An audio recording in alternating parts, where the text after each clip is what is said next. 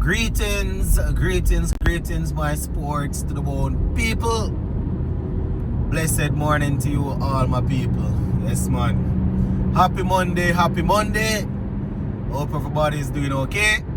Hope you're all getting yourselves ready for another work week. Yes, man. Alright, my people. So, as I am on my way here to work, I am just reflecting on this situation between, can almost say, Guyana and Trinidad and Tobago. And, I must say that it's really not a good look. It's not a good look, my people. You understand?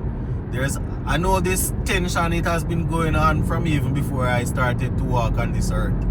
So, my little input might not even mean much. You understand? Because it runs very, very deep, my people. It runs very, very deep. So, I tell you, my viewers and subscribers, it's really tough though. It's really tough because how our cricket is set up, it is set up in such a way that we need the best of the best coming out of the Caribbean to be able to compete against the other teams around the world.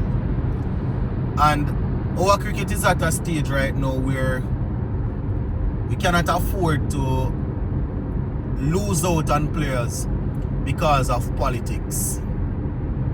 You understand? I'm not saying that the players themselves, there's not some amount of, I don't even want to say hate, but I'm not gonna say there's not some amount of friction going on between the current players, but we know that the tension has been going on for years, so it seems as if it passed down from generation to generation when it comes on to the cricket. And it's really sad because according to CWI, the aim is to improve West Indies cricket. The aim is to find the best cricketers from around the region to play for West Indies. So it's really sad when, especially our main domestic tournament is being you can almost say the final is being overshadowed by things that you could say is unbecoming behavior in the sport. I don't know if CWI can get a grip of things, because we look forward to CWI doing certain things, but at the end of the day, fans are still going to say that first thing fans will be looking at is who and who is on CWI board, who and who, where are they from. Whenever something happens and whenever they are trying to sort out stuff, the first thing that I see people write in the comment section, where is this man from? Where is this man from? You understand? And if we continue to look at it like that, then effective change might not, we might not be able to make effective change. I'm not saying that some of it is not I'm not saying that the fans are not correct sometimes in calling out the fact that some people that are on the board, they are there for personal gain and not necessarily to see the improvement of West Indies cricket.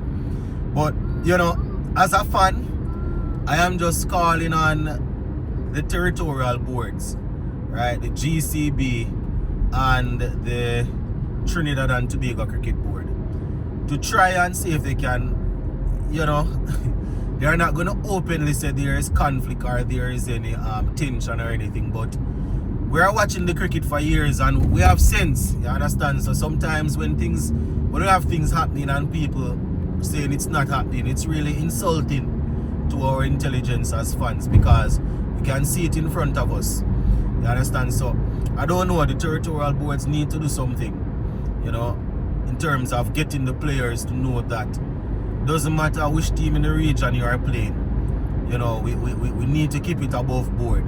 You understand? We know that rivalry is something that will always happen, but you still want to make sure that at what cost, you still want to make sure that the cricket is not being scrutinized by international, not even, I don't even want to push it and say by international people, by the own regional fans. You understand? because right now we find a situation. I did the video last night. If you're not aware of what I'm talking about, you can watch that video. Where, you know, GCB, that's the Guyana Cricket Board, they are now saying that Versame Permal and Kevlan Anderson were pressured into, you know, pleading guilty. But certain procedures weren't followed, so they are pushing it right now.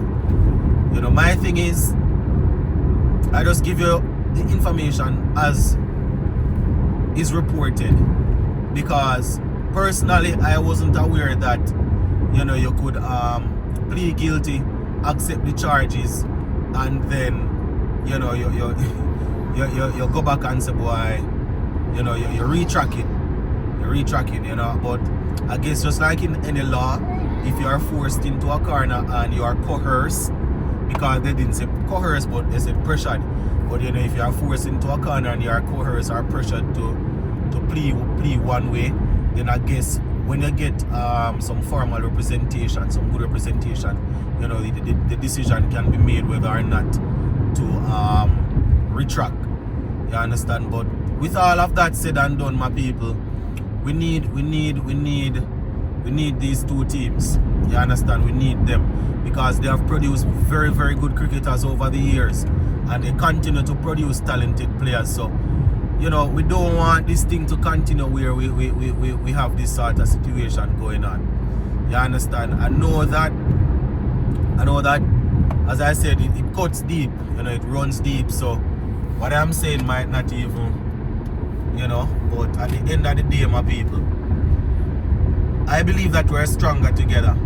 You understand? Every time something happens, people will come out and say that, let us break off. Let us break up West Indies cricket. Trinidad go their own way. Guyana go their own way. Jamaica go their own way. Barbados go their own way. St. Lucia go their own way. Grenada go their. I don't believe in that, my people. I believe that, you know, we are stronger together. That is how we conquered the world back in the 70s, 80s. You understand? That is how we conquered the world. I'm not saying that things haven't changed, but personally, I believe that that's the best option we have, or that's the best chance we have of, you know, getting back to a level where probably we won't get back to a level of dominance, but getting back to a level where we are highly respected in terms of all three formats. You understand? But fans, that is why we are saying that, you know, it's very important as supporters. I try my best to do this, you know, as a man that come on and be an armchair expert. You understand? I believe that as fans we should be able to separate our emotions from what is actually going on, what's actually happening.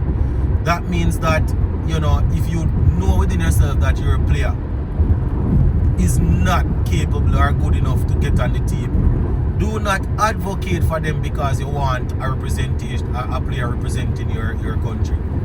Or you know, that is the problem that we have, because people believe that because it's West Indies, there needs to be a representative from all the islands. What we have to understand is that it's the best. If we are going to select a squad, it's the best 15. You understand? It's the best 15 that needs to play. It's the best 15 that has to play. And until we start seeing ourselves as one, we're going to keep on saying that there should be a representative from each island. You understand? And that is because we don't see ourselves as one. You understand? And that's a problem. That's a huge problem right there, because if we don't see ourselves as one, we are going to keep on saying that, how comes this team have so much people on there? How come this team? And, you know, and I have always said that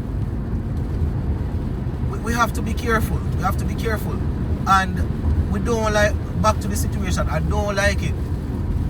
I know that it is bigger than me and older than me, but I don't like it because, as I said, these two islands, they have produced very, very good cricketers. And if people believe that there are people manipulating the board, manipulating CWI and pulling strings that shouldn't be pulled and stuff like that, and officials in place that shouldn't be there.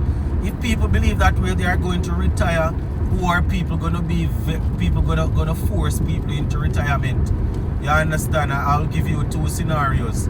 You know, with the same countries here that I'm talking about. Trinidad and Tobago. I've always said it.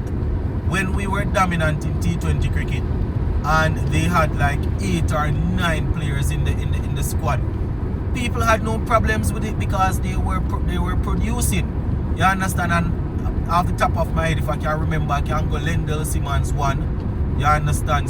Badri was there also 2. I can go Dinesh Ramdin 3. I can go the 2 Bravos. They probably now not always in the squad together, but I can go the 2 Bravos. That's what, about 5. I can go Pollard 6, Evan Lewis 7. You understand? And Ravi Rampal 8. I'm not remembering a couple more right now.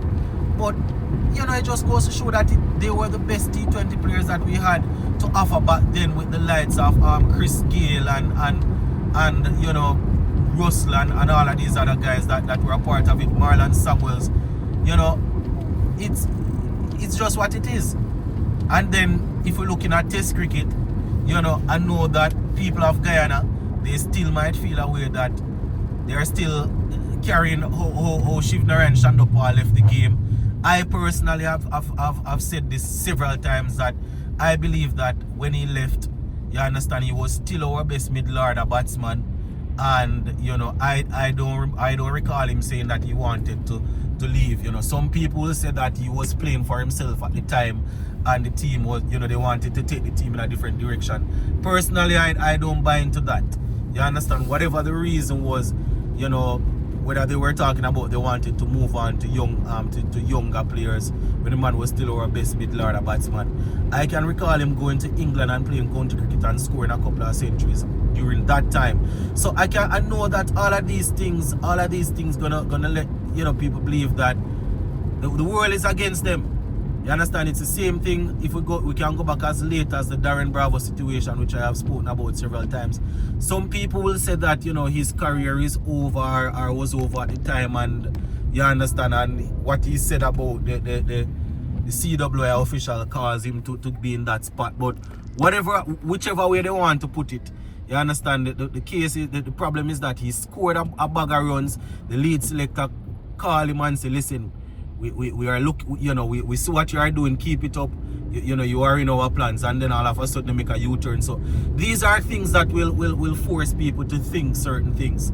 You understand? And you can't really blame them. So I understand why the tension is still ongoing, but I am just saying, as a fan, you know, we want better.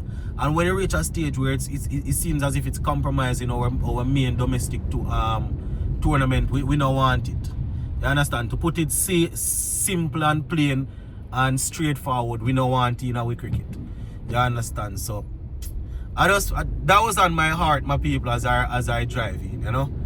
That was on my heart as I drive in, but I am pretty close to work now, so we're going to leave it right there, and we touch base again. Big up.